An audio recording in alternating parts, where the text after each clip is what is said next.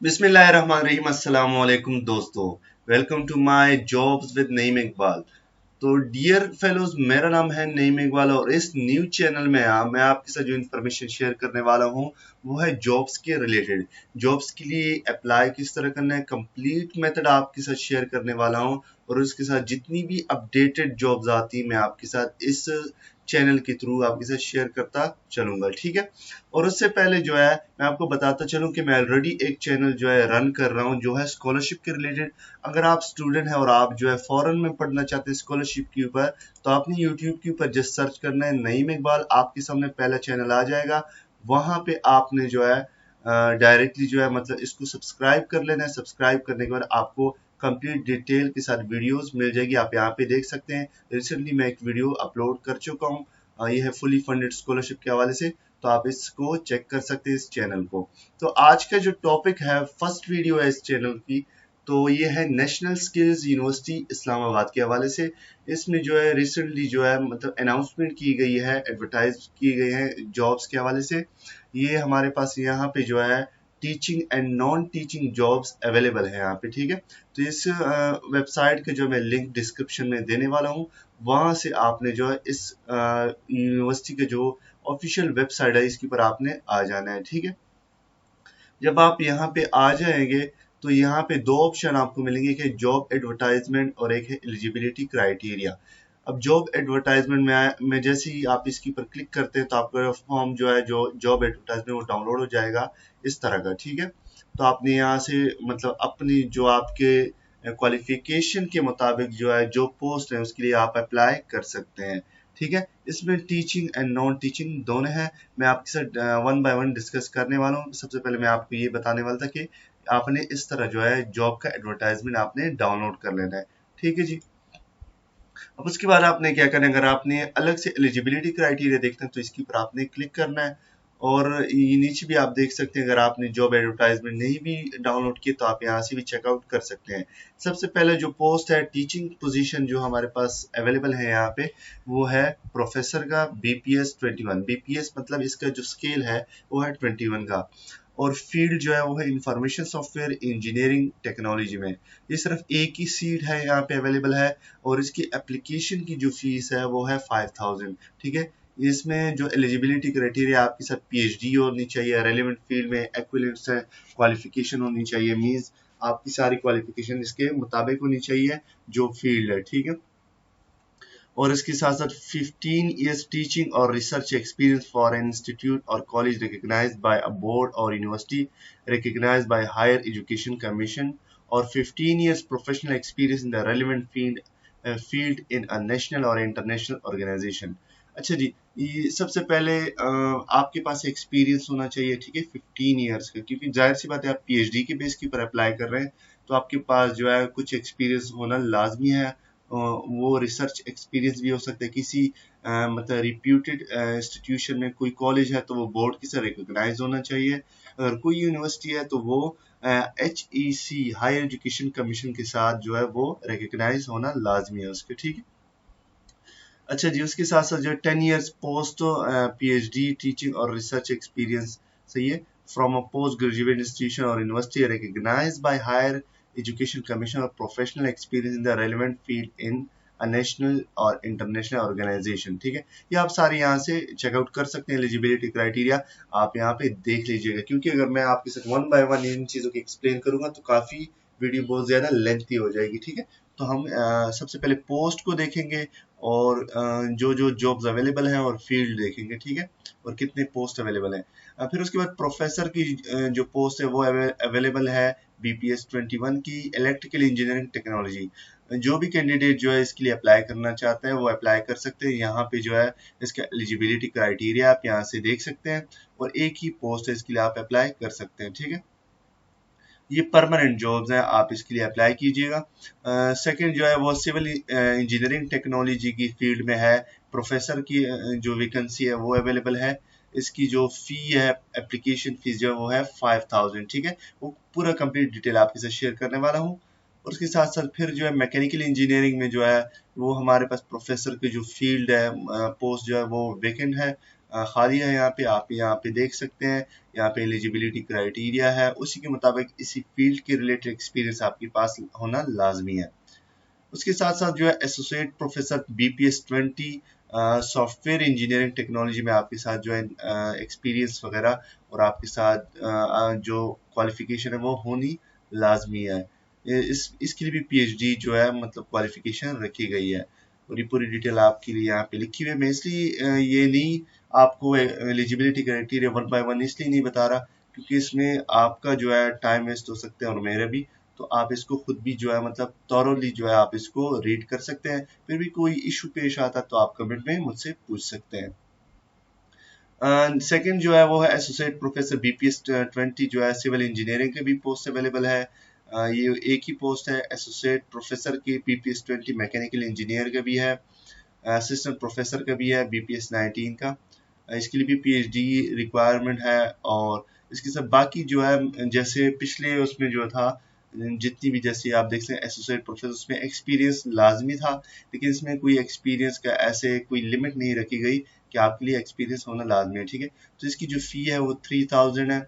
इसके साथ साथ जो एसोसिएट प्रोफेसर जो है BPS 19 इलेक्ट्रिकल इंजीनियरिंग के लिए, इसकी 2 सीट्स हैं अवेलेबल है, तो आप इसके लिए अप्लाई कर सकते हैं। 3000 जो है आपने एप्लीकेशन फीस के लिए जमा करनी होगी। ठीक है, इसके लिए भी जो आपकी PhD जो है द रेलेवेंट फील्ड में आपकी होना लाजमी है, और इसके लिए कोई एक्सपीरियंस की मतलब लिमिट नहीं रखेगी कि आपका एक्सपीरियंस होना लाजमी है। ठीक है, assistant professor BPS 19 civil engineering technology, और इसका सीट जो है एक ही है, 3000 आपने पे करना है। उसी तरह इसका भी जो है PhD रेलेवेंट फील्ड में आपका होना चाहिए। असिस्टेंट प्रोफेसर जो BPS 19 मैकेनिकल इंजीनियरिंग का अवेलेबल है, 2 सीट्स अवेलेबल है यहाँ पे। ये भी इसका भी PhD जो है रेलेवेंट फील्ड में आपके साथ होना चाहिए। अब आ जाते हैं लेक्चरर की तरफ। इंफॉर्मेशन सॉफ्टवेयर इंजीनियरिंग टेक्नोलॉजी में इसमें 2 सीट्स अवेलेबल है, 2000 फी है इसकी। और इसकी जो एजुकेशन जो रिक्वायरमेंट है एलिजिबिलिटी क्राइटेरिया में, या तो आपने MS किया हुआ हो या फिर MPhil फर्स्ट डिवीजन में। ठीक है, रेलिवेंट फील्ड में मतलब रेलिवेंट फील्ड से मुराद ये है कि आपको सॉफ्टवेयर इंजीनियरिंग में आपने MS या MPhil किया हुआ हो। ठीक है, अब यहाँ पे नोट है, इसको लाजमी देखा करें क्योंकि हम जितनी भी कैंडिडेट्स होते हैं वो इस को इग्नोर कर लेते हैं। जो नोट अक्सर लिखे होते हैं उसको इग्नोर कर देते हैं, तो फिर काफी ज्यादा इशू का सामना करना पड़ता है हमें। An applicant having third division in academic career shall not be eligible. अगर आपका जो है थर्ड डिवीजन है तो आप इसके लिए एलिजिबल नहीं है। Such applicant having the degree of PhD in the relevant field and has not more than 1/3 division in the entire academic career shall be eligible for the post. अब आपकी PhD है और आपने पूरे करियर में जो एजुकेशन करियर में आपको सिर्फ एक ही बार जो है थर्ड डिवीजन है, तो आप इसके लिए एलिजिबल हैं। फिर इसके बाद है लेक्चरर की पोस्ट है BPS 18 की इलेक्ट्रिकल इंजीनियरिंग की। ये भी सेम इसी तरह ही है। ठीक है, इसकी एलिजिबिलिटी क्राइटेरिया भी सेम जैसे इसकी थी। ठीक है, इसकी भी बिल्कुल सेम ही है। इसके साथ साथ जो है मैकेनिकल इंजीनियरिंग टेक्नोलॉजी की है। ये भी एक ही सीट अवेलेबल है। 2000 रुपीज़ इसकी जो एप्लीकेशन जो आप चालान जमा करेंगे उसके लिए है। और उसके साथ साथ जो है MS MPhil इसके लिए लाजमी करार दिया गया है। ठीक है, लेक्चरर BPS 18 सिविल इंजीनियरिंग, इसकी 2 सीट्स अवेलेबल है। इसके लिए जो है 2000 जो है इसकी आपने चालान फी जमा करनी होगी। और ये MS और MPhil के लिए आपका एजुकेशन जो लेवल है आपके साथ होना चाहिए। इसके अभाव है तो वो भी सही है, बट जो मिनिमम है MS या फिर MPhil आपका होना लाजमी है। प्रोफेसर की जो एक पोस्ट है BPS 21 मेडिकल लेबोरेटरी टेक्नोलॉजी में, एक ही पोस्ट है। ये इसके लिए PhD जैसे स्टार्ट वाले जो BPS 21 वालों के लिए जो एक्सपीरियंस और PhD वगैरह पोस्ट डॉक की जरूरत थी, तो इसके लिए भी कुछ इसी तरह की रिक्वायरमेंट है। इसके साथ साथ प्रोफेसर जो BPS 21 का है उसके लिए भी यही रिक्वायरमेंट है। और आप यहाँ पे देख सकते हैं मैनेजमेंट साइंसेज में जिनकी एजुकेशन है वो इसके लिए अप्लाई कर सकते हैं। Associate professor BPS 20 general studies mathematics, वो कैंडिडेट्स जो जिनकी एजुकेशन मैथमेटिक्स में है और एसोसिएट प्रोफेसर के लिए अप्लाई करना चाहते हैं, PhD की हुई है जिनने मैथमेटिक्स में, तो इसके लिए अप्लाई कर सकते हैं। या आप यहाँ पे एलिजिबिलिटी क्राइटेरिया यहाँ से चेकआउट कर सकते हैं। Assistant professor medical laboratory technology में, इसमें 2 सीट्स अवेलेबल है। इसमें कोई जो है आपके लिए एक्सपीरियंस की ज़रूरत नहीं है, बस आपकी अगर रेलेवेंट फील्ड में पीएचडी है या एक्विवेलेंट क्वालिफिकेशन है तो आप इसके लिए अप्लाई कर सकते हैं। असिस्टेंट प्रोफेसर बीपीएस 19 बायोटेक्नोलॉजी, एक ही सीट है, 3000 इसकी चालान फी है और इसके लिए पीएचडी रेलेवेंट करार दी गई है। असिस्टेंट प्रोफेसर है 19 मैनेजमेंट साइंसेज और उसके साथ साथ जो है 3000 जो है इसकी चालान फी है और इसकी तरह रिक्वायरमेंट इसकी सेम है, ठीक है। इसी तरह असिस्टेंट प्रोफेसर 19 है कंप्यूटर साइंस के जो कैंडिडेट हैं वो इसके लिए अप्लाई कर सकते हैं। और उसके साथ साथ असिस्टेंट प्रोफेसर जो है जनरल स्टडीज मैथमेटिक्स, जिनकी पीएचडी मैथमेटिक्स में, वो इसके लिए अप्लाई कर सकते हैं जनरल स्टडीज में, ठीक है। ये 2 सीट्स अवेलेबल हैं। लेक्चरर मेडिकल लेबोरेटरी टेक्नोलॉजी में अवेलेबल हैं सीट्स, एमएस एमफिल लाजमी करार दिए गए हैं। और उसके साथ साथ लेक्चरर जो है मैनेजमेंट साइंसेज में है, 2 सीट्स अवेलेबल हैं। इसके लिए भी एमएस और एमफिल की जो रेलेवेंट फील्ड, आपका जो फील्ड है मैनेजमेंट साइंसेज में, ठीक है, तो उसके रिलेटेड जो है आपने इसमें इस पोस्ट के लिए अप्लाई करना है। लेक्चर कंप्यूटर साइंस, इसकी 2 सीट्स अवेलेबल हैं, 2000 इसकी जो चालान फी है। उसी तरह इसके भी एमएस एमफिल लाजमी है। अच्छा, वो स्टूडेंट जो इंग्लिश जिनने किया हुआ है, एमएस एमफिल किया हुआ है इंग्लिश में, तो वो एक ही सीट अवेलेबल है इस यूनिवर्सिटी में, आप जो है इसके लिए अप्लाई कर सकते हैं। चालान फी है 2000। पाकिस्तान स्टडी के स्टूडेंट्स जो है वो इसके लिए अप्लाई कर सकते हैं, एक ही सीट है, एमएस एमफिल जिनने किया हुआ है। और उसके साथ साथ लेक्चरर इस्लामिक स्टडीज जिन्होंने इस्लामियात में एमएस एमफिल किया हुआ है वो इसमें अप्लाई कर सकते हैं। नॉन टीचिंग में आ जाते हैं। नॉन टीचिंग से मुराद है कि वो जो टीचिंग स्टाफ नहीं होते, ठीक है। तो इसमें सबसे पहले रजिस्ट्रार बीपीएस 20 जो है, ये कोटा जो है मेरिट के ऊपर है, ठीक है, एक ही सीट है, पीएचडी होना लाजमी है, एमएस एमफिल और आपके साथ जो है बीएस वगैरह आपने किया हुआ है मास्टर, और उसके साथ साथ जो आपके साथ एक्सपीरियंस भी होना लाजमी है, ओके। टीचिंग एक्सपीरियंस यहाँ पे सारा डिटेल लिखा हुआ है। Controller of examination BPS 20 available है, मेरिट के ऊपर है, ये देखिए 5000 इसकी चालान फी है, यहाँ पे देख सकते हैं। ट्रेजरर जो है वो बीपीएस 20, ये भी एक ही सीट है, आप यहाँ पे देख सकते हैं, पीएचडी इसकी लाजमी है। बाकी तकरीबन जितनी भी इसकी जो डिटेल है वो आप यहाँ पे देख सकते हैं। डायरेक्टर एंड पीएनडी, ये आप भी यहाँ पे देख सकते हैं, एक ही सीट अवेलेबल है। एडिशनल रजिस्ट्रार, ये पंजाब का कोटा सिर्फ अवेलेबल है, देखिए पंजाब की जो कैंडिडेट हैं वो इसके लिए अप्लाई कर सकते हैं, और जो प्रोविंसेस से ताल्लुक रखते हैं, जिनके पास डोमिसाइल पंजाब के अलावा मतलब प्रोविंसेस से है, तो वो इसके लिए अप्लाई नहीं कर सकते।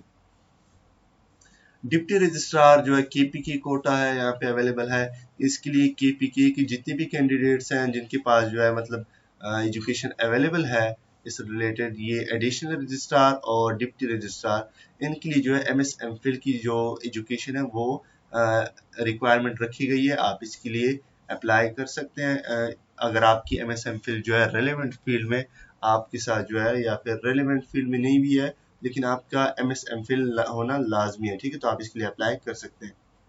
डिप्टी ट्रेजरर जो है, ये आप सिंध के जो कैंडिडेट्स हैं वो इसके लिए अप्लाई कर सकते हैं, उनका कोटा है, ठीक है, कोटा सिस्टम पे है, तो इसके लिए अप्लाई कर सकते हैं। ये चालान फीस आप यहाँ पे देख सकते हैं, 2000 है।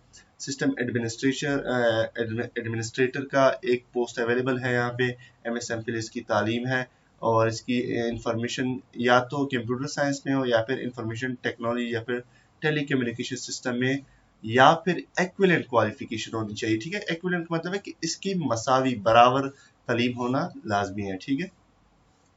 डिप्टी डायरेक्टर जो है एक पोस्ट यहाँ पे अवेलेबल है, एक्स फाटा, जो फाटा के कैंडिडेट्स हैं, जो अभी तो फाटा नहीं रहा लेकिन फाटा के में जो आते थे जो इलाके, वहाँ से जो कैंडिडेट्स अप्लाई करना चाहें तो उनके लिए भी एक कोटा रखा गया है, एमएस एमफिल इसके लिए तालीम है, आप इसके लिए अप्लाई कर सकते हैं, ठीक है। इसके बाद है assistant director admin and coordination ए&सी, ठीक है, बीपीएस 17 पंजाब के कैंडिडेट्स के लिए अप्लाई कर सकते हैं। इसके लिए मास्टर डिग्री है, बीएस जिनके पास है, बीएस के लिए मतलब डिग्री जिसके पास अवेलेबल है वो इसके लिए अप्लाई कर सकते हैं। पब्लिक रिलेशन ऑफिसर, सिंध के जो कैंडिडेट हैं वो इसके लिए अप्लाई कर सकते हैं। मास्टर डिग्री जिसके पास हो, मास्टर कम्युनिकेशन मीडिया स्टडीज या फिर जर्नलिज्म में जिनने किया हुआ है, ठीक है, क्वालिफिकेशन पब्लिक रिलेशन में, तो वो इसके लिए अप्लाई कर सकते हैं।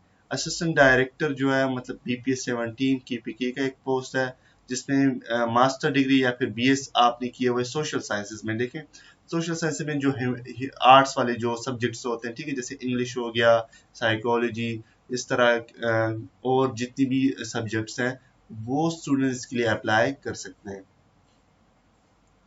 अच्छा जी, इसके बाद असिस्टेंट कंट्रोलर आईसीटी, देखें इसकी सिर्फ आईसीटी वाले जो है अप्लाई कर सकते हैं।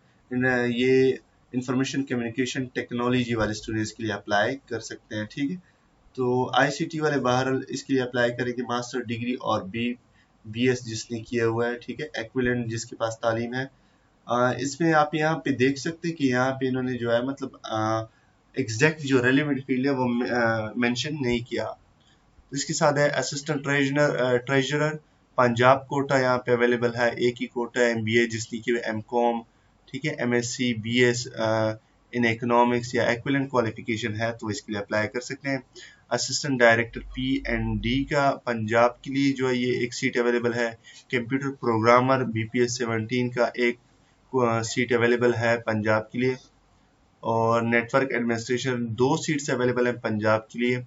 और असिस्टेंट इंजीनियर सिविल, ठीक है, ये 2 सीट्स अवेलेबल हैं केपीके और आज़ाद जम्मू कश्मीर की स्टूडेंट्स के लिए अप्लाई कर सकते हैं। Assistant director purchase and store वाले स्टूडेंट जो है मतलब जो इस सब्जेक्ट के लिए मतलब इस टाइप का एमबीए जिसने किया हुआ है, एमकॉम किया हुआ है तो इसके लिए अप्लाई कर सकते हैं, या फिर बीएस किया हुआ है इकोनॉमिक्स में तो वो भी इस assistant director purchase and store के लिए अप्लाई कर सकते हैं। इसका भी एक ही सीट अवेलेबल है। लाइब्रेरियन जितनी भी कैंडिडेट हैं जिनने लाइब्रेरी एंड इंफॉर्मेशन साइंस में मतलब उनने ग्रेजुएशन किया हुआ है, मास्टर की डिग्री या फिर बीएस की डिग्री है, पंजाब से जो कैंडिडेट हैं वो इसके लिए अप्लाई कर सकते हैं। डिप्टी रजिस्ट्रार मेरिट के ऊपर है, बीपीएस 18 मेरिट के बेस के ऊपर है। इसके साथ जो आपकी जो मिनिमम तालीम है एमएस एमफिल आपकी होनी चाहिए, ठीक है, तब आप इसके लिए अप्लाई कर सकते हैं। असिस्टेंट ट्रेजरर जो है मेरिट जो है वो असिस्टेंट ट्रेजरर मेरिट बेस पे है, बीपीएस 17 है, एक ही सीट है। अगर आपने एमबीए या फिर इकोनॉमिक्स में बीएस वगैरह की एमएससी किया हुआ है तो आप इसके लिए अप्लाई कर सकते हैं, ठीक है। ये सीट्स हैं, तो आपको मैं तरीकाकार बताता हूँ आपने क्या करना है। सारी सीट्स यहाँ पे भी अवेलेबल है, आप यहाँ से भी देख सकते हैं। देखिए मैंने वहां से इसलिए बताई कि वहाँ पे एलिजिबिलिटी क्राइटेरिया भी थी, तो आपको इजीली जो है चीजें आपको समझ में आ जाएंगी, ठीक है।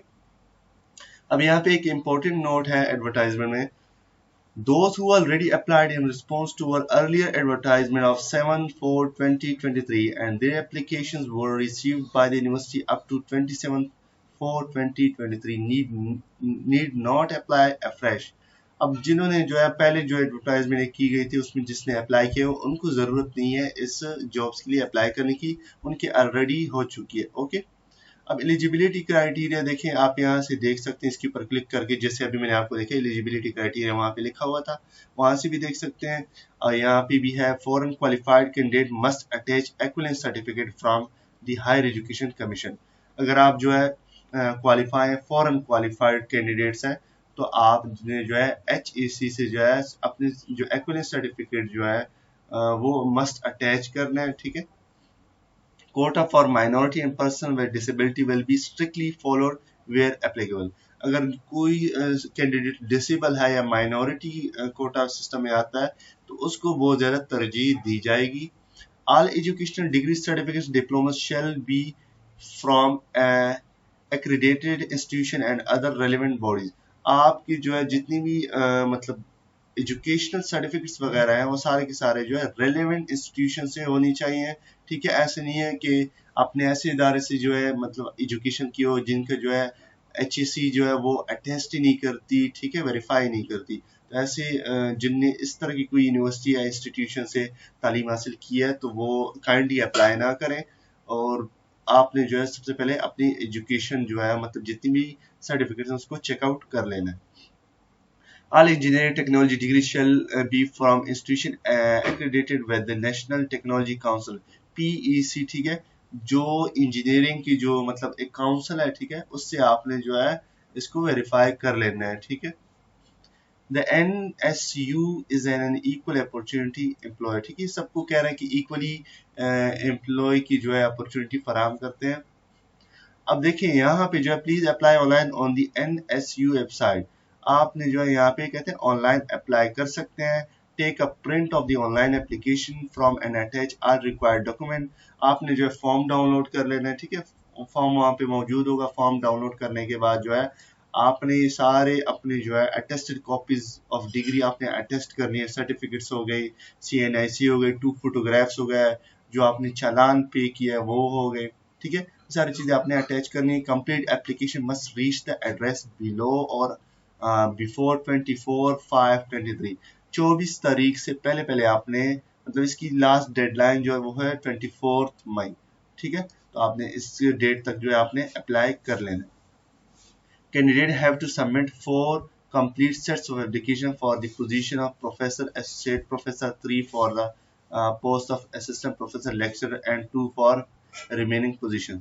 अच्छा, वो कैंडिडेट जिनकी PhD वगैरह है, तो ये पोस्ट जो है आप देख सकते हैं, professor, associate professor, assistant professor, इसके लिए 4 कंप्लीट अलग अलग कॉपी है जो है आपने इसके लिए मतलब अलग से अप्लाई करना होगा अगर आप जो है इन फील्ड्स में अप्लाई करना चाहते हैं, ठीक है। Processing fee on the challan form, processing fee जो है BPS 20 से लेकर, मतलब स्केल 20 से लेकर 21 तक उसकी जो है फी है 5000। 19 स्केल की जो है वो है 3000, BPS 18 की है 2000, BPS 17 के 1000, ठीक है। Candidate applying for more than one position must submit a separate application form along with a separate processing fee and documents। कह रहे हैं कि अगर आप जो है मतलब एक से ज्यादा पोस्ट के लिए अप्लाई कर रहे हैं तो आपने जो है अलग अलग फीस, अलग अलग जो है फॉर्म, डॉक्यूमेंट सारे अलग अलग हर पोस्ट के लिए अप्लाई करना होगा, ठीक है। In service, candidates of public sector organizations should apply through proper channel and submit NOC along with the application। No application will be entertained without NOC। देखिए, अगर आप जो है मतलब ऑलरेडी सर्विंग कर रहे हैं किसी इंस्टीट्यूशन में तो आपके साथ NOC लाजमी होनी चाहिए, और अपने ऑफिस के थ्रू या प्रॉपर चैनल, मतलब जो टेस्ट वगैरह होते हैं ना, ठीक है, जैसे कमीशन टाइप होते हैं, तो उसके थ्रू आपने अप्लाई करना है। मतलब आपके साथ इन शॉर्ट बात यह है कि NOC के बगैर आप इसके लिए अप्लाई नहीं कर सकते। Only those candidates who fulfill the prescribed eligibility criteria should apply। अगर आप जितनी भी क्राइटेरिया आप उसके ऊपर भरपूर उतरते हैं तो आप जो है इस पोस्ट के लिए अप्लाई कर सकते हैं, इस जॉब्स के लिए। The applicant must mention the post name on the envelope left corner। Left corner पे आपने जो है वहां पे जो है पोस्ट का है, जैसे फर्ज करें लेक्चरर या एसोसिएट प्रोफेसर लिखते हैं, BPS 19 या 20 जो भी है, तो आपने वो मेंशन करना होगा लेफ्ट साइड पे, ठीक है, एक कॉर्नर पे आपने लिखना है। Part time, honorary, apprentice and internee experience will not be considered. ये पार्ट टाइम या कोई आपके पास इंटर्नशिप का एक्सपीरियंस है तो वो एक्सेप्ट नहीं किया जाएगा। Age relaxation as per government rules, आपको एज रिलैक्सेशन भी दी जाएगी गवर्नमेंट के जो रूल्स हैं अगर आप ऑलरेडी एम्प्लॉय हैं। No TA will be admissible for appearing in the test interview। आपको TA जो है वो दिया नहीं जाएगा, मतलब ट्रेवलिंग अलाउंस जो है, ठीक है, वो आपको नहीं दिया जाएगा। The university reserve the rights, अभी आपके कुछ राइट्स हैं आपको बता रहे हैं। Not fill any vacancy without assigning any reason thereof or consider a person for appointment in a lower category against the post advertise, ठीक है। इनके पास राइट्स हैं कि मतलब आपको जो है अगर फर्ज करें इनके पास फंड नहीं भी होता तो वो पोस्ट जो है आपको नहीं भी दे सकते। ये तो खैर हर जगह पे होता है, अवेलेबल होता है ये चीज़ें। तो बहरहाल जो है यहाँ पे साफ मतलब ये आपके लिए लिखे गए हैं, मतलब रूल्स है कुछ आपने इन पहले से लिख दिए हैं कि मतलब हम इस चीज़ों की जिम्मेदार नहीं होंगे अगर आपको जो है मतलब ये जॉब नहीं मिलती किसी सूरत में किसी वजह से, तो हम आपको वजह भी नहीं बताएंगे और आपको मतलब ये पता होना चाहिए कि ये रूल्स है, ठीक है। टू इंक्रीज और decrease the number of vacancy as per the availability fund, fund को देखा जाएगा उसी बनिस्बत जो है वैकेंसीज को कम या ज्यादा किया जा सकता है। फर्ज करें अगर फंड ज्यादा है तो वैकेंसीज को बढ़ाया भी जा सकता है। अच्छा, ये यहाँ पे ये आप देख सकते हैं आपने एनवेलप के ऊपर ये रजिस्ट्रार से लेकर नेशनल स्किल्स यूनिवर्सिटी इस एड्रेस के ऊपर आपने जो है फिर वो एनवेलप जो आपकी एप्लीकेशन है वो आपने सेंड करना है बाय पोस्ट, ठीक है। अपने डाकखाने के जरिए आपने इसको अप्लाई कर लेना है, ठीक है। तो पूरा तरीकेकार जो है कुछ इस तरह का है, आपने पूरी डिटेल यहाँ से देख लेनी है और आपने अप्लाई कर लेना है, ठीक है। सारी डिटेल यहाँ पे अवेलेबल है। कोई इशू पेश आता है तो आप मुझसे पूछ सकते हैं कमेंट में, तो मैं इंशाल्लाह पूरी डिटेल आपके साथ हर चीज़ की शेयर करने वाला हूँ। अगर आपको किसी जॉब्स के रिलेटेड जो है समझ नहीं आती, अप्लाई करने का मेथड नहीं आता, तो इंशाल्लाह मैं आपके साथ शेयर करूंगा और आप जो है मुझसे कोई भी सवाल पूछ सकते हैं। लिंक अवेलेबल है सोशल मीडिया की भी, आप वहाँ पे भी मुझसे रब्ता कर सकते हैं। तो मिलते हैं नेक्स्ट वीडियो में, तब तक के लिए अपना और अपने चैनल का ख्याल रखिएगा। शुक्रिया।